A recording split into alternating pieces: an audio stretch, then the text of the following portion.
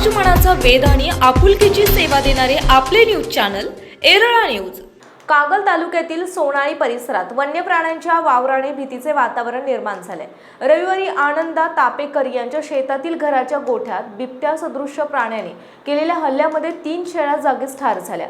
या घटनेमुळे पशुपालक शेतकऱ्यांमध्ये चिंतेचे वातावरण आहे। वन विभागाच्या अधिकाऱ्यांनी तात्काळ घटनास्थळी धाव घेत पाहणी केली आणि पंचनामा केलाय। सोनळी येथील आनंदा तापेकर यांच्या शेतात घर असून लगतच गोठा आहे। नेहमीप्रमाणे त्यांनी रात्री शेळ्या गोठ्यात बांधल्या होत्या, मात्र पहाटेच्या सुमारास दबा धरून बसलेल्या बिबट्या सदृश्य प्राण्याने अचानक हल्ला चढवला।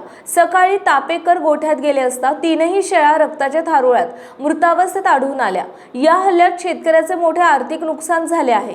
घटनेची माहिती मिळताच वन विभागाच्या अधिकाऱ्यांनी तात्काळ घटनास्थळी धाव घेत पाहणी केली आणि पंचनामा केला। पशुसंवर्धन अधिकाऱ्यांनी मृत शेळ्यांचे शवविच्छेदन केले आहे। यावेळी पोलीस पाटील आणि ग्रामस्थ मोठ्या संख्येने उपस्थित होते। सोनाळी परिसरात अशा प्रकारची घटना प्रथमच घडल्याने ग्रामस्थांमध्ये घबराट आहे। जंगले नष्ट होत असल्याने वन्य प्राणी मानव वस्तीत येत आहेत। बिबट्या सदृश्य प्राण्याच्या हल्ल्यात शेळ्यांचा मृत्यू झाला। ही अत्यंत दुर्दैवी घटना आहे। वन विभागाने केवळ पंचनामा न करता पीडित शेतकऱ्याला तातडीने आणि जास्तीत जास्त नुकसान भरपाई मिळवून द्यावी अशी मागणी ग्रामस्थ यांनी केली आहे। रात्री आम्ही 6 वाजता शेळ्या पत्र्याच्या शेडमध्ये बांधलेल्या होत्या। सकाळी आम्ही धाराला येते वेळी 5:30 वाजता बघितलं तर 3 जण हे 2 करडे 1 शेळीची मृत्यू झालेलं सापडलं।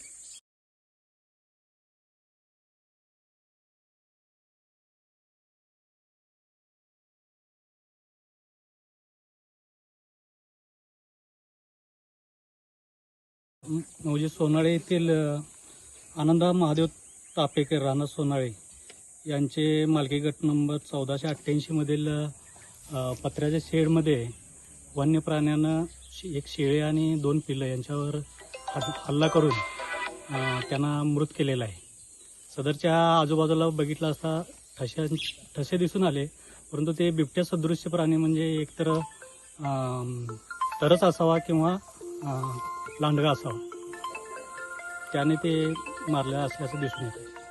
पंचनामा करून नुकसान भरपाई आमच्या फॉरेस्ट डिपार्टमेंट मार्फत मिळणार। सोनाळी येथे आज 2 शेळीची करडा आणि 1 मोठी शेळी मृत झालेल्याचं वन विभागाकडून कळालं। शवविच्छेदन करून आम्ही पुढील अहवाल वन विभागाला देत आहे। बिबट्या सदृश्य प्राण्याचा हल्ला असू शकतो।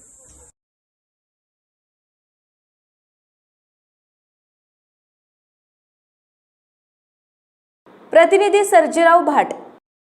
आपल्या भागातील महत्त्वाच्या बातम्या पाहण्यासाठी आजच आमच्या एरळा न्यूज चॅनलला YouTube वर सबस्क्राईब करा आणि बेल आयकॉन प्रेस करा।